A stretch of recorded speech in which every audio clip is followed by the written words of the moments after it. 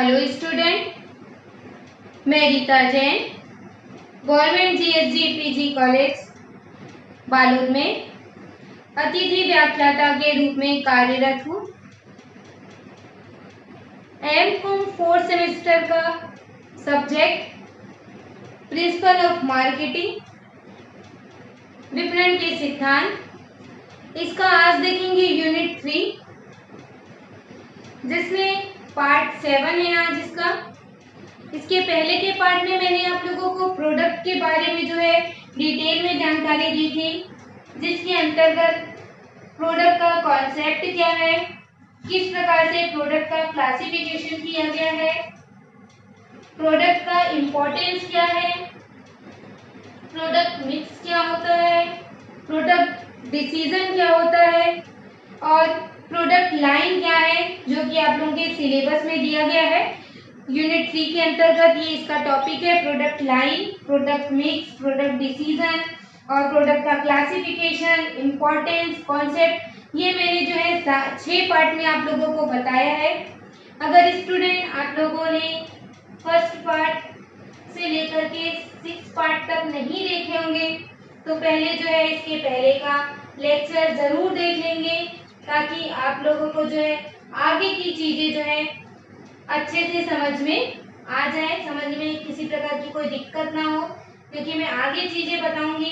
और अगर आप लोग को पीछे के बारे में उसके बारे में कुछ पता नहीं होगा तो आप लोगों को आगे की जो चीजें हैं वो समझने में थोड़ी दिक्कत जाएगी, क्योंकि कुछ कुछ वर्ड ऐसे आएंगे जिसके मीनिंग मैं पहले के लेक्चर में बता चुकी हूँ, जैसे कि प्रोडक्ट लाइन क्या होता है, प्रोडक्ट मिक्स क्या होता है, प्रोडक्ट डिसीजन के अंतर्गत कौन कौन से डिसीजन लेने होते हैं, किस प्रकार से रणनीतियां बनाई जाती है प्रोडक्ट लाइन को लेकर के, ये सारी चीजें मैंने आप लोगों को पहले के लेक्चर में बता दी है। सो स्टूडेंट, आप पहले का लेक्चर जो है जरूर देख लेंगे, आपको इससे जो है आज का पार्ट 7 देखने में इजी होगी, जो कि है प्रोडक्ट सिंप्लीफिकेशन, यानी कि उत्पाद सरलीकरण।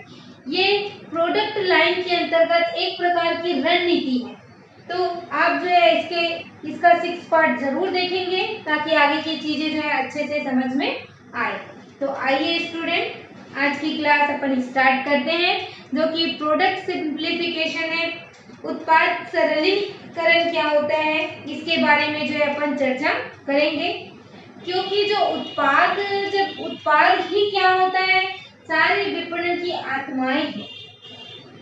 अगर प्रोडक्ट नहीं होगा तो विपणन की जो क्रियाएं हैं उनका कोई मतलब नहीं होगा, विपणन कार्यक्रम जो बनाया जाता है उसका कोई मतलब नहीं होगा, क्योंकि जब तक प्रोडक्ट नहीं है तब तक विपणन के कार्यक्रम बनाने का कोई मतलब नहीं है। प्रोडक्ट के कारण ही जो है विपणन की सारी क्रियाएं जो है संचालित होती है। तो उसी के अंतर्गत जो है प्रोडक्ट, तो जो भी प्रबंधक है, निर्माता है, उसको ये निर्णय लेना पड़ता है कि जो प्रोडक्ट है उसका निर्माण का कार्य करेंगे, या फिर जैसे कि एक प्रोडक्ट बनाएंगे कि 2 प्रोडक्ट बनाएंगे कि 3 प्रोडक्ट बनाएंगे या अधिक प्रोडक्ट बनाएंगे या कुछ प्रोडक्ट बनाएंगे। ये सारी चीजों में जो है डिसीजन लेना पड़ता है। कुछ कंपनियां क्या करती है, एक ही वस्तु के निर्माण पर अपना जो पूरा कॉन्सेंट्रेट एक ही वस्तु पर क्या करती है, ज्यादा ध्यान देती है, जबकि कुछ जो कंपनी है, कुछ जो निर्माता है, वो सोचते हैं कि हम क्या करें, एक नहीं बल्कि एक से अधिक वस्तुओं का क्या करें, निर्माण करें, जो कि क्या होती है, एक दूसरे से रिलेटेड होती है, एक दूसरे के परस्पर होती है। कई वस्तुएं ऐसी होती है जो एक दूसरे की स्थानापन्न होती है, एक दूसरे के पूरक होती है। तो इसके अलावा कुछ कंपनियां क्या करती, बड़ी संख्या में जो है अलग अलग नेचर के प्रोडक्ट को निर्माण करती है। या कहने का मतलब मैं ये इसलिए बता रही हूँ क्योंकि प्रबंधकों को निर्णय लेना पड़ता है कि जो प्रोडक्ट है उसमें सरलीकरण की कैसी और कौन सी नीति अपनाएं। तो इसी को अपने को समझना है स्टूडेंट। तो सबसे पहले इसका मीनिंग जानते हैं, उत्पाद सरलीकरण, क्योंकि अगर मीनिंग नहीं पता होगा तो आगे की चीजें जो है आपको समझने में दिक्कत होगी। तो पहले जो है उत्पाद सरलीकरण में जो इसका अपने को अध्ययन करना वो जरूरी है। देखिए ये जो रीति है उत्पाद सरलीकरण, उसका कंपनी क्या चाहती है कि वो एक या फिर कुछ ही प्रोडक्ट के निर्माण का कार्य करती है। सरलीकरण में कहने का मतलब नाम से स्पष्ट है, सरलीकरण हो रहा है, सिंप्लीफिकेशन हो रहा है। मतलब कि जो अनावश्यक वस्तुएं हैं उसका निर्माण क्या कर दिया जाता है, बंद कर दिया जाता है। क्योंकि जिस वस्तुओं का निर्माण करने से कोई मतलब नहीं हो रहा है उसको क्या करना बेटर है, बंद करना बेटर है।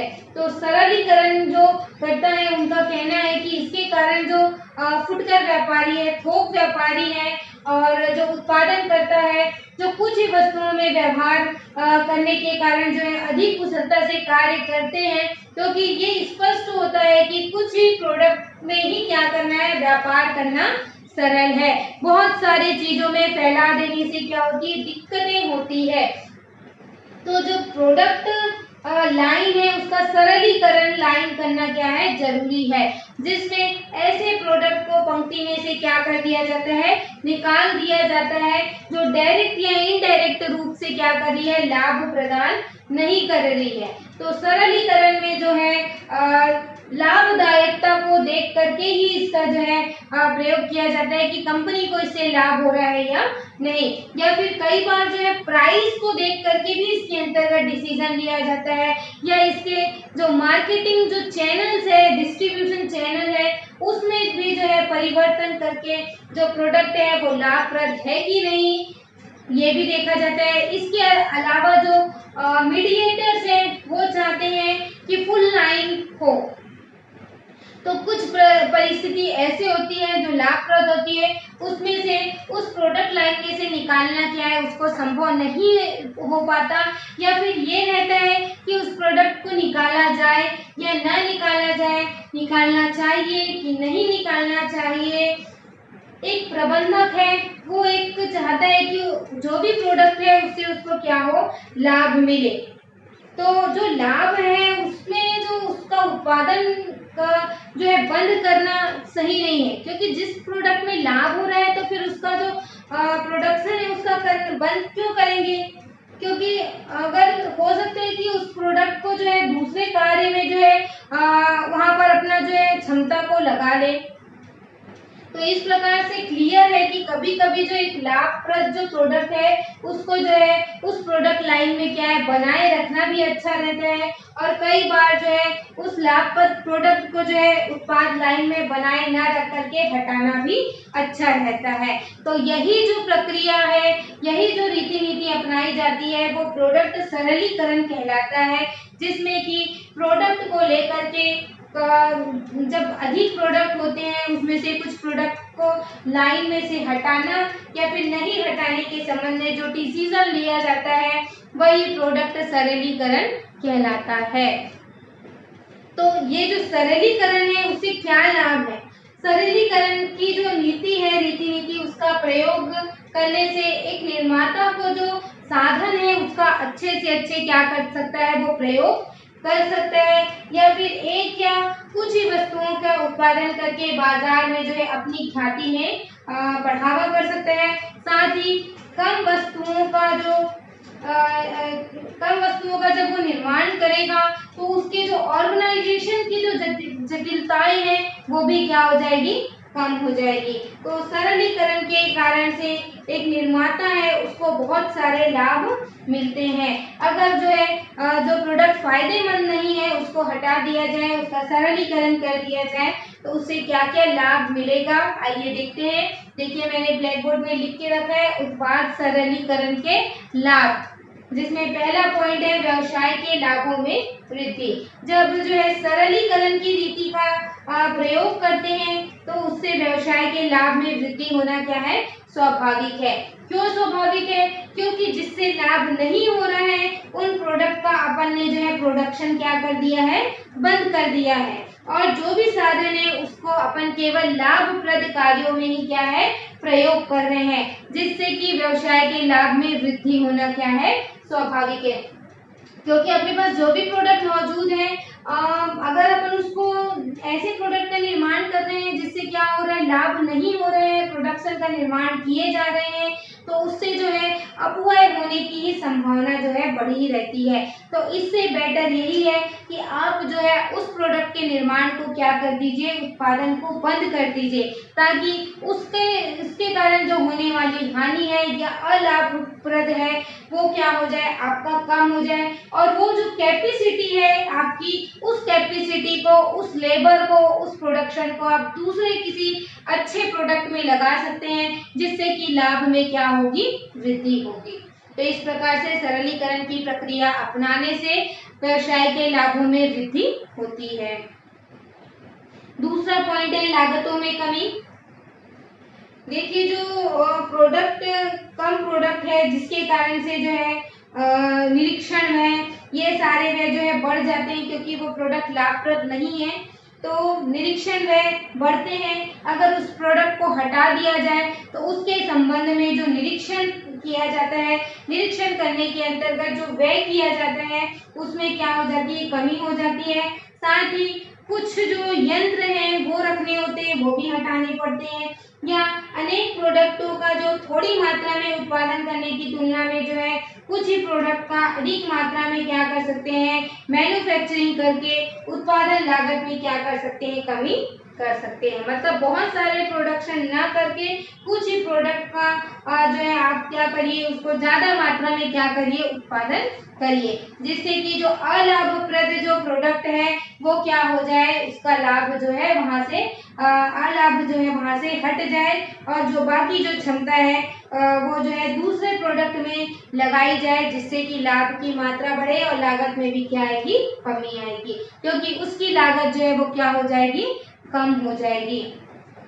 तो इस प्रकार से व्यवसाय के लाभों में भी वृद्धि होती है, साथ ही लागतों में भी कमी आती है। तीसरा पॉइंट है विशिष्ट यंत्रों एवं विधियों का प्रयोग।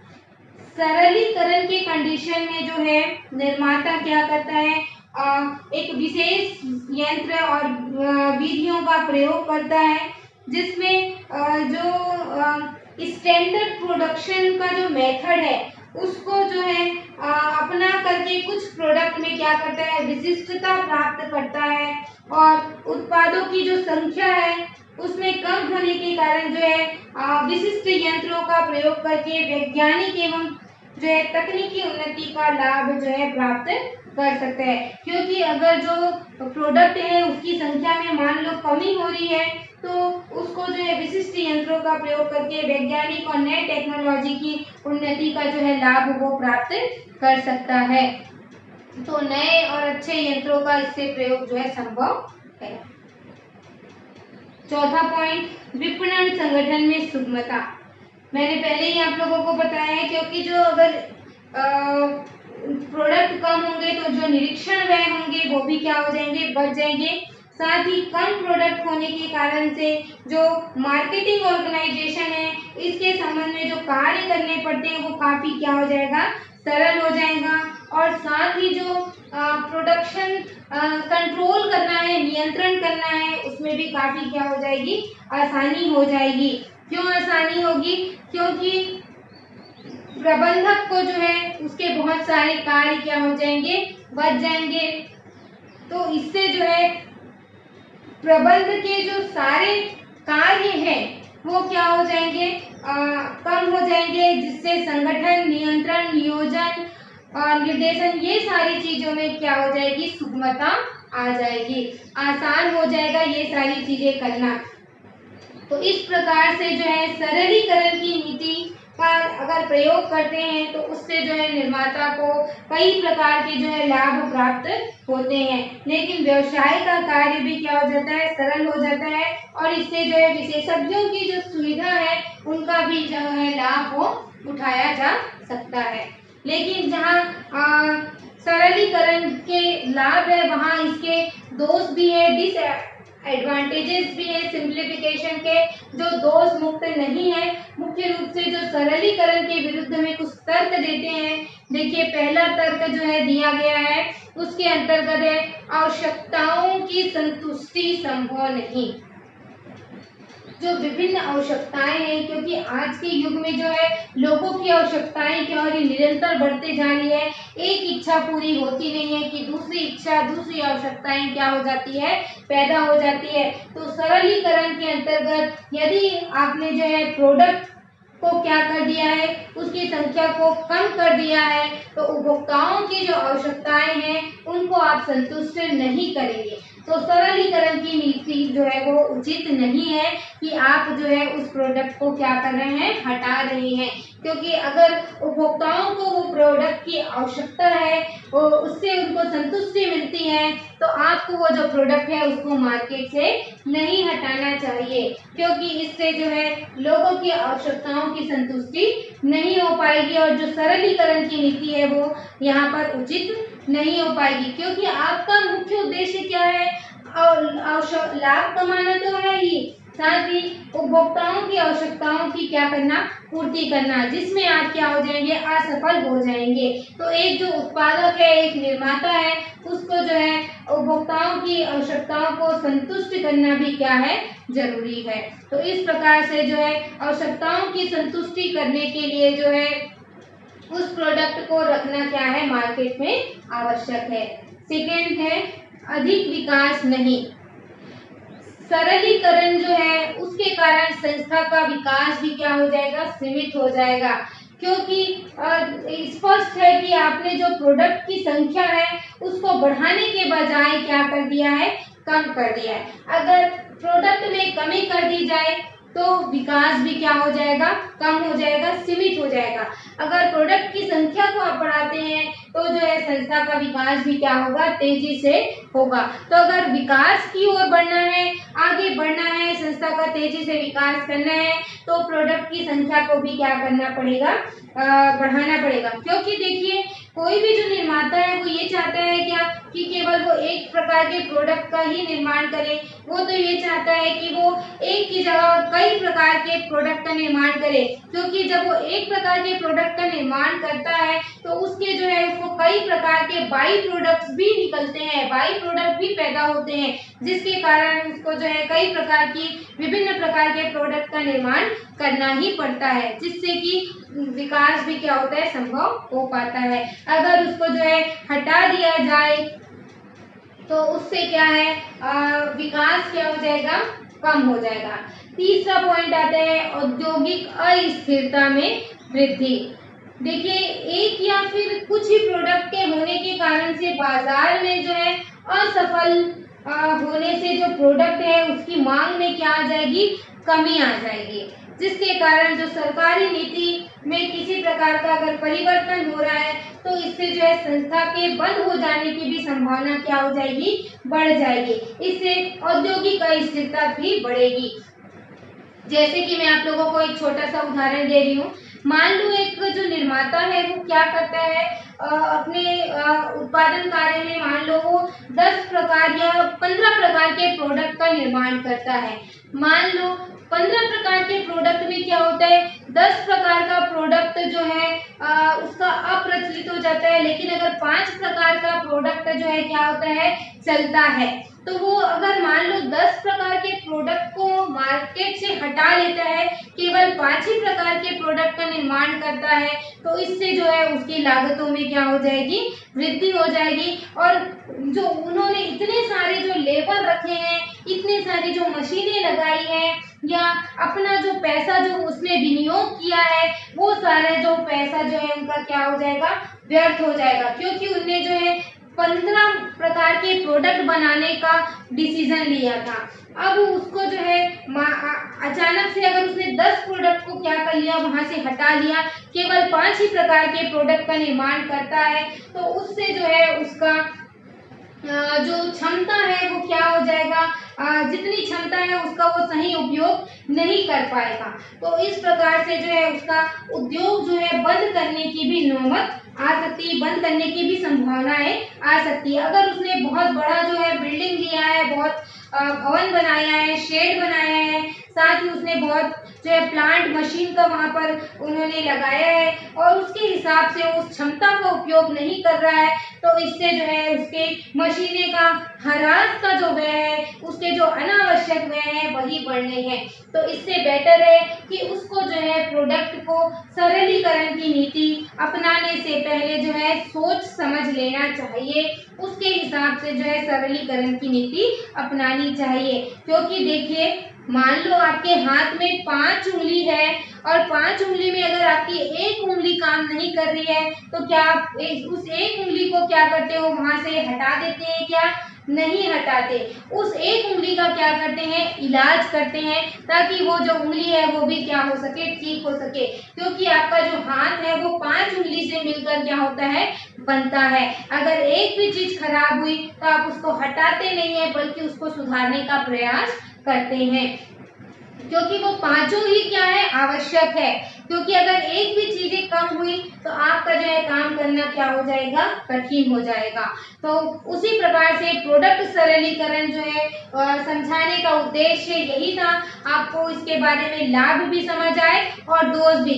जहां आप जानते हैं एक सिक्के के दो पहलू है, एक तरफ चित है तो दूसरा तरफ पट है, उसी प्रकार से उत्पाद सरलीकरण के जहां लाभ भी है तो वहां कुछ दोष भी हैं। तो एक निर्माता है, एक उत्पादक है, तो ये सारी चीजों के अंतर्गत उसको डिसीजन लेने से पहले सोच विचार कर लेना चाहिए कि अगर जो है प्रोडक्ट लाइन में, प्रोडक्ट में उसमें उसको सरलीकरण करना है तो क्या उसमें कुछ मॉडिफिकेशन करना चाहिए या फिर जो है उस प्रोडक्ट का निर्माण बंद कर देना चाहिए। तो ये सारे डिसीजन लेते समय इस नीति का उसको प्रयोग करना है या नहीं करना है, ये सारे जो डिसीजन है वो सोच समझ करके लेना चाहिए, ताकि जो उसके उन्होंने जो योजना बनाई है, रीति नीति तैयार की है, उसमें किसी प्रकार का जो है व्यवधान ना आए। सो स्टूडेंट, आज की क्लास जो है अपन यहीं तक रखते हैं। मैंने आप लोगों को आज प्रोडक्ट सिंप्लीफिकेशन के बारे में बताया है कि एक निर्माता जो है उत्पाद सरलीकरण की रीति नीति का भी प्रयोग करता है। तो जब इस रीति का प्रयोग किया जा रहा है तो उसके लाभ भी हैं, दोष भी हैं, तो दोनों को ध्यान में रखते हुए जो है सरलीकरण की रीति नीति का प्रयोग करना चाहिए। ये प्रोडक्ट लाइन की एक रीति नीति है। इसके नेक्स्ट क्लास में अपन जो है देखेंगे कि उत्पाद विविधीकरण मतलब कि प्रोडक्ट डाइवर्सिफिकेशन क्या होता है, उसके संबंध में किस प्रकार की जो है रीति नीति तैयार की जाती है और विविधीकरण के किस प्रकार के लाभ मिलते हैं। सो स्टूडेंट, आज की क्लास में यहीं पर एंड करती हूँ। आई होप आपको जो है लेक्चर समझ में आया होगा। लेक्चर को लेकर के कोई भी दिक्कत जाती है तो मुझे कमेंट करें, मैं जो है आपका सॉल्यूशन जरूर करूंगी। किसी भी प्रकार की कोई दिक्कत जाती है और मैं आप लोगों को साथ में नोट्स भी बताते जा रही हूँ, ताकि जो सारे कंटेंट है अगर आपके पास नहीं है तो वो कंटेंट भी आपको मिलते जाएंगे और आपको जो है अपना आंसर जो है कंप्लीटली करने में आसानी होगी। ये जो क्वेश्चन आज का टॉपिक था वो आपके शॉर्ट नोट के रूप में पूछा जाता है, पूछा जा सकता है, तो ये सारी चीज़ों के बारे में आप लोगों को जानकारी होनी चाहिए। सो स्टूडेंट, आज की क्लास में यहीं पर समाप्त करती हूँ एंड धन्यवाद फॉर लेक्चर देखने के लिए, सुनने के लिए, एंड ज़रूर कमेंट करें और सभी दोस्तों के साथ शेयर करें ताकि जो है सारे लोग उसको देख सके। मैं ये आशा कर रही हूँ आप सभी से कि जो है आप सभी लोग जो है लेक्चर जो है निरंतर देख रहे होंगे और सभी को फॉरवर्ड कर दीजिए, सभी देख सके। एंड धन्यवाद।